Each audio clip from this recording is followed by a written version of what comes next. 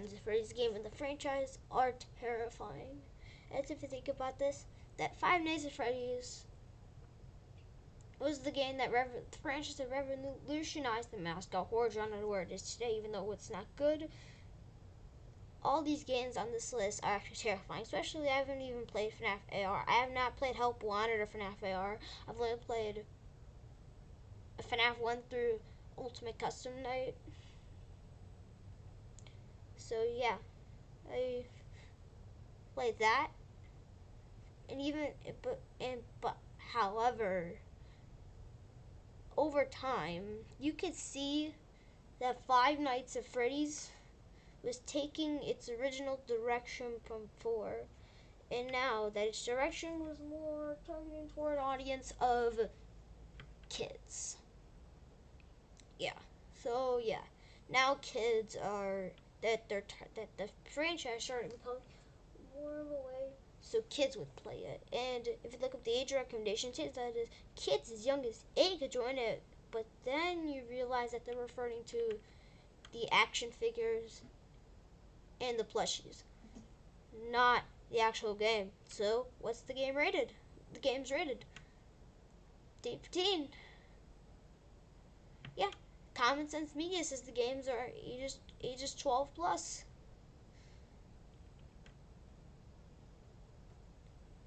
Yeah, it's kind of confusing. Okay, this is probably just because of the famous Bite of 83 ending where the child gets skull crushed by Fredbear. Hey, little Johnny, there's a little Chuck E. Cheese man we'd like to take you to. Yeah, I think you would like this, little Johnny. Oh no, he crushed that kid's skull.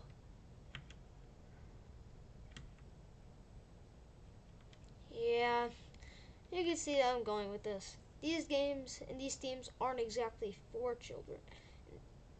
And these themes aren't meant for children. No, Coffin, obviously, Scott Coffin obviously wanted to make anything that wasn't his normal child-friendly game. He wanted to make something that was not for children themed. At least not super young ones because of the 12 and up recommendations. And I'll tell you this, if the games did not have this old 8-bit fashion style to reveal the secrets of the games would be, instead of T for teen, be rated M for short for harping. A man murdering and stuffing kids in a suit is incredibly gruesome. It is something I guarantee people take very seriously. And I guess that parents would be upset that their kid was hearing about of how all the lore and secrets of the game. And as we all know, I'm saying this because it happens all the time now. I mean, it's happening with Huggy Wuggy. And I'm gonna do a little close thing of Huggy Wuggy, okay? And it's happening with Huggy Wuggy. It's the exact same. In Poppy Playtime, everyone's really concerned about their kids watching it because they're like really young. And for Poppy Playtime, what's the rating?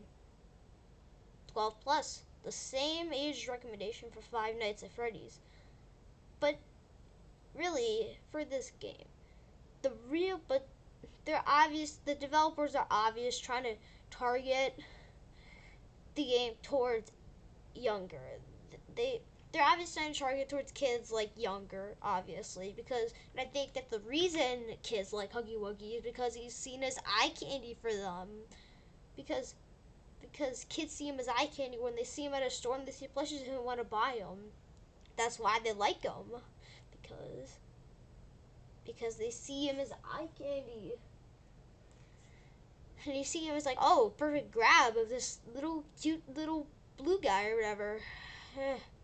No, anyway, let's just get back on to FNAF. So, as I said before, all the games have this theme that is not for children, and it is incredibly in a gruesome backstory and a charming backstory. But however, on December 16th, 2021, we would get the game that would kind of had a different feeling of it. Five Nights at Freddy's Security Breach. Now, this isn't a review video for Security Breach, so I won't go fully into it. I'll just get into the scare factor. So, there is barely any. This game is allergic to being a scare. There's so many bright and colorful set pieces, and does not have any of the dark spots that's presented in all the offices in the other original games, because they had dark spots, each of them. Dark. FNAF 3, not really sure, but it was creepy. FNAF 4 had a dark spot. These all have dark spots. Security breach, no. And even in the office part, I'm not really sure because I'm not even on the part. In the office part, look how much room you get in the office part versus the amount you get in the first game. And you also have a constant guide companion that's who's helping you every step of the way with the most friendly voice possible. Now, even though that this guy being Glamrock Freddy, so instead of him actually wanting to rip your face off and kill you, he actually wants to help you get out of the pizza plex yourself. His voice seems really friendly and marketable. His design seems marketable as well. Even like that, the pizza plex location is really different. Even about him, that if you think about it, that Glamrock Freddy, other than him having just a really, really possible friendly voice and being more towards kids, he's a pretty nice guy. I like him. Glamrock Freddy and Moondrop, I like Glamrock Freddy and Moondrop. I like them. They're pretty nice. But however, Glamrock Chica, Raxen Wolf, and Monterey Gator are just so forgettable characters.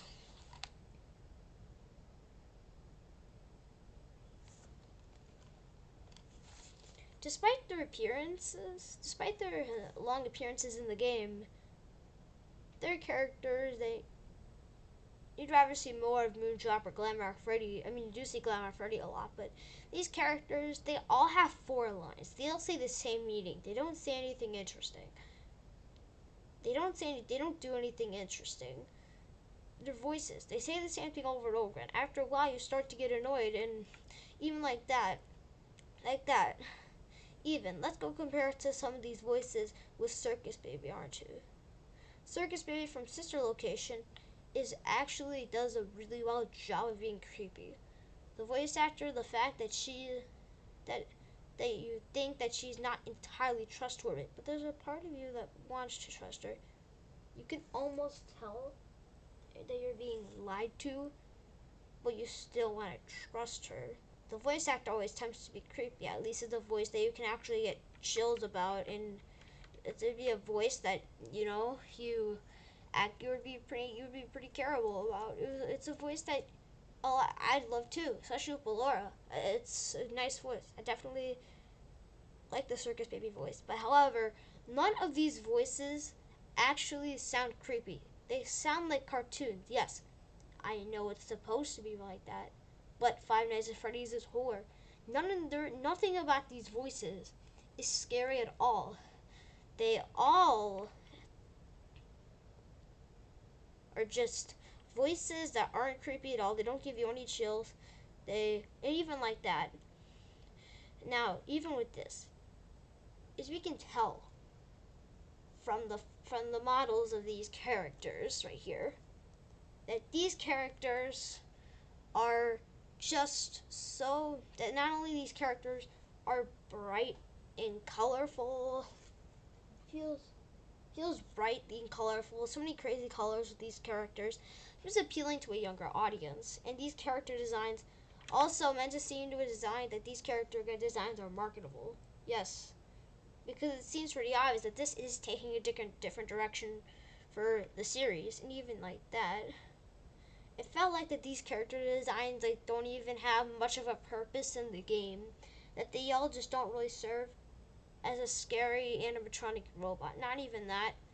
They don't even remind you of all Chuck E. Cheese robots. If you think about it, the original Freddy, Bonnie, Chica, Foxy, Toy Freddy, I can name all of them. And Fredbear, they all remind you of old Chuck E. Cheese robots, but these don't remind you of old Chuck E. Cheese robots. They look like cartoons. They look like action figures, because this is never like animatronics that you really see in real life. There's Freddy, Bonnie, Chica, and Foxy that you can actually be seen in real life. I mean, they wouldn't really roaming around, but yeah. These characters, they're so unrealistic with the way of how and how it never try like it just kind of ruins the feeling in it. I know that it seems like that this, and I even notes say that this game, even with that, so now and even like that, so as you know, the character designs are marketable. It feels like that these designs were more made, that these designs are more marketable to get more merch out more. And other than that, the pizza design of the Pizza Plex is just so lackluster as well. The Pizza Plex is pretty colorful, bright, and colorful. It's like, okay, even like that, the place is huge.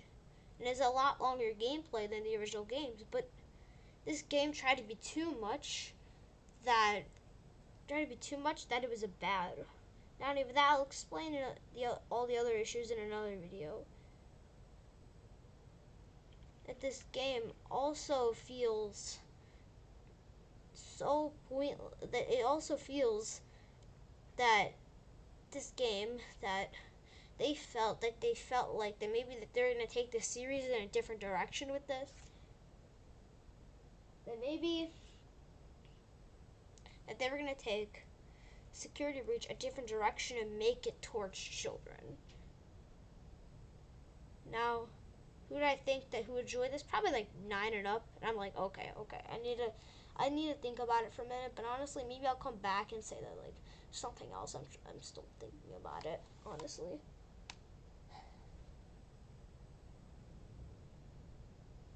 And honestly, if you think about it, this game, it feels like that this game, I never gave any of the other games joining the horror games for kids category. But for me, Security Breach is in the indie horror games for kids category, which involve Hello Neighbor, Bandy and Ink Machine, Poppy Playtime, and Gertrude a Ban Ban. And that was Gertrude a Ban Ban being the newest, and that game just outright dog shit. It sucks. In Security Breach, and even like that, probably the best one on this, let's just say it's like Bendy. This is probably the best one. Bendy is even better than Security Breach. I heard that the Dark Revival was really good, and wanted to do a video on it if I want to get it, because I have the original one, but I don't know, it's been a while since I played the original. Now, we all know that this game is terrifying. Everything that I said about it. We all know that the game is terrifying, but however, that's not what they say. When they go to the store with their friends, they see the cute ducks and bunnies. Then they proceed their parents to find it. Then this is where they get sucked in. Then they go on YouTube and watch Edgy TV's funny Freddy videos that they've made, even though they don't really do much of it anymore. Probably because it's about murdering kids and stuffing them inside suits. And then shortly after they watch them, they're fans. And it's the same thing with Huggy Wuggy. Huggy Wuggy, Edgy TV uses Huggy Wuggy more because that's his purpose. Not only that, but in conclusion, is Security Breach is Five Nights at Freddy's for children? Well, if we think about it, Security Breach is absolutely for children. It's like 9 and up. It definitely feels like that's more targeted towards like 9 and up. Something that like 9 and up would more enjoy and want to play.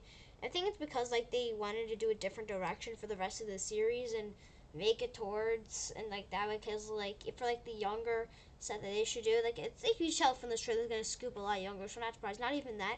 The jump scares to me seem they seem just so funny and stupid. The jump scares are pretty stupid. And even Glamrock Freddy, I don't know why I even popped up right now. Glamrock Chica's jump scare is just so funny and stupid. I just always get jump scared by her in my second playthrough. And so, but other than that, are these past games for children? No.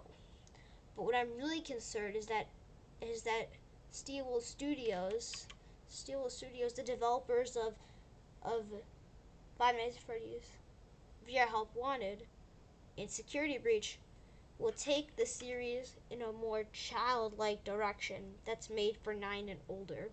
I mean, Help Wanted did not start the direction. There's really a Security Breach that they might take the rest of the direction more for kids and take their designs and continue their story with Glamrock Freddy, Gregory, and William, who is now Burntrap and returning as a freaking zombie corpse after another fire. So disappointing. Not even that, but the main challenge should have ended at Ultimate Custom Night. Not only that, because now people are really getting annoyed. They're getting really annoyed that they have to try and piece everything together because, and like not even that. If you think about this, Ultimate Custom Night should have ended the main timeline. Help Wanted and Special Delivery and Security Breach, they all should have taken in a completely separate world. They should not have taken in the same world. They should have been just some game that you can just play for fun. They didn't need to be canon. And like even Security Breach, it feels like that the only reason they even put in Burn Trap, William, and Afton back in the first place is to have fans link them to the other games. Not even that, but I'm starting to wonder if they keep. I mean, FNAF Plus absolutely looks phenomenal. Is absolutely going back to that thing that I love the series about. So when we get in conclusion, all these FNAF games that who is Five Nights at Freddy's 4? It's 4, not the fourth game.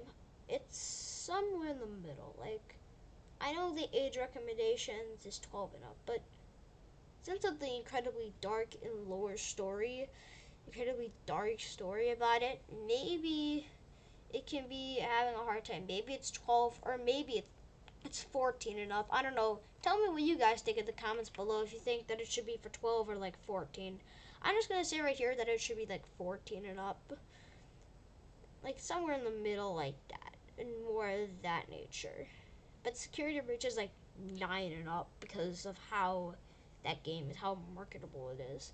Anyway, see you in the next video. Bye. I definitely will do some more content. I'll see you in the next video. Bye. Tell me what you think it's for, and I'll see you in the next video. Peace out.